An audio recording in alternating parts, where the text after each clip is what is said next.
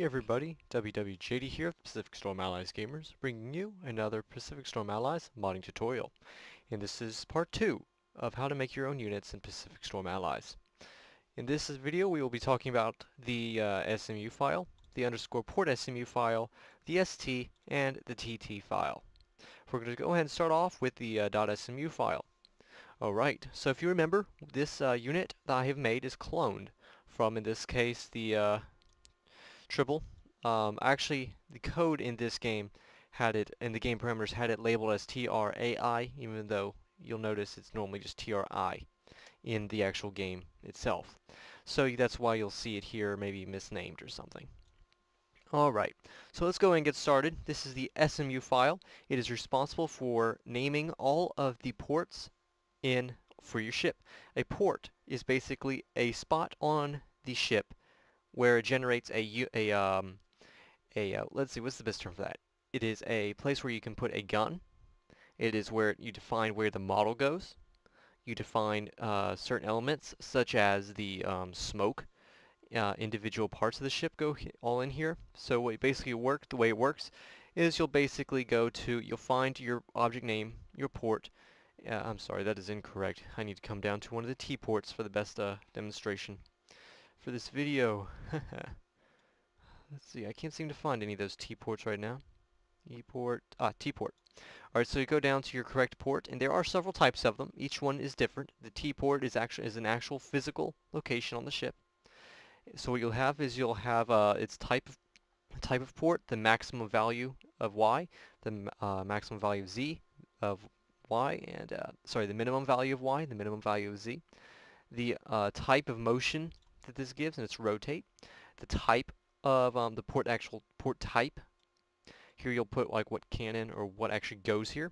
And then you'll have your transformations such as rotation, scale, and translation. Then of course you'll come down and say port. And there are T ports, there are D ports, Z ports, and I don't know if I said D ports, but those are there too.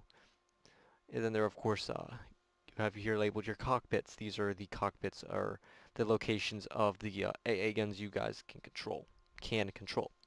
Alright, so again, this is the way I showed you in the first one, is we're taking off a base code from an existing ship and turning it into our own ship. So what we're going to have to do is we're going to have to rename the object here to match our ship's name. And then what we're going to want to add in is this line of code. Object name equals HL substitutions, string name, game params, value, HLUI image value. Now what this does is when you're actually cloning a ship, this is what you add. This uses the HL stands for hit location. So the hit location bounds of this unit are now being applied to this unit.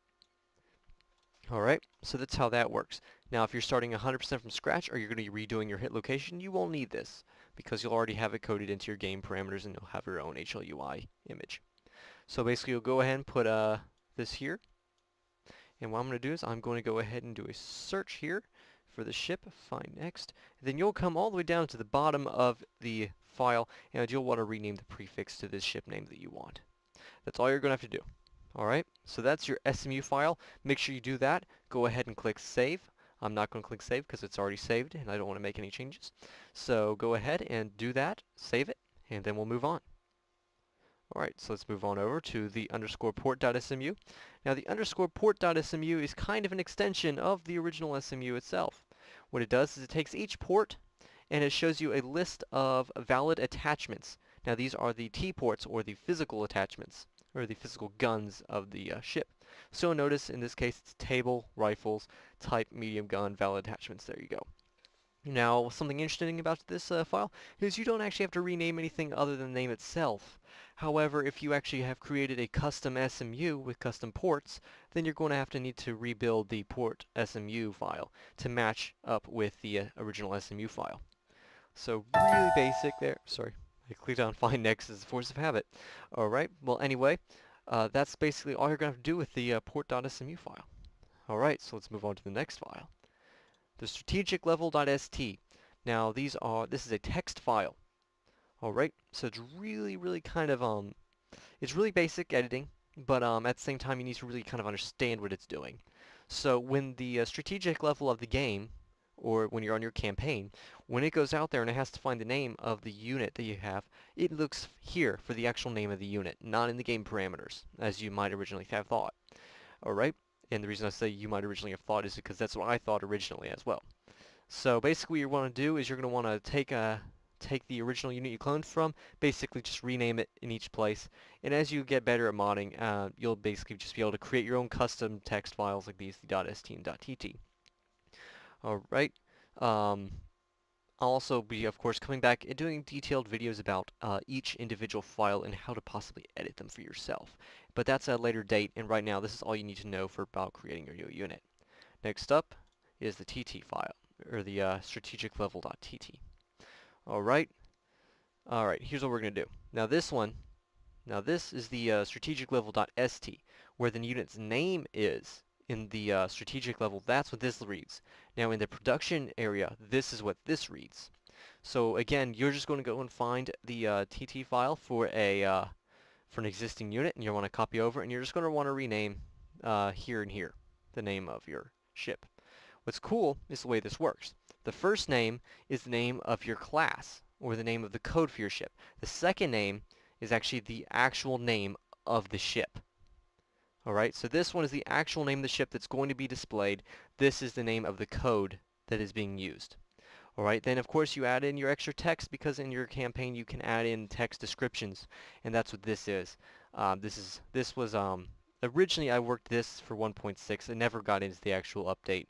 However, that's where when this was made, so that's when you'll notice. So again, you'll make your changes to here and to your actual text, then you'll save it. Alright, so that's 4 more file types that we have discussed in this video.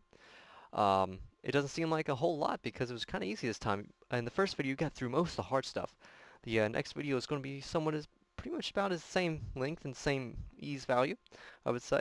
So thanks guys for watching. If you have any questions, leave a comment below and ask them, because I'll make sure to answer you. If you guys want to support what we're doing, go ahead and hit that like. And if you really want to support us, hit that subscribe button. And if you're not already a member of the Steam group, go ahead and join us on the Steam group. I'll leave a link in the description below. And hopefully we'll see you there. Thanks guys. We'll see you here, there, or in the air.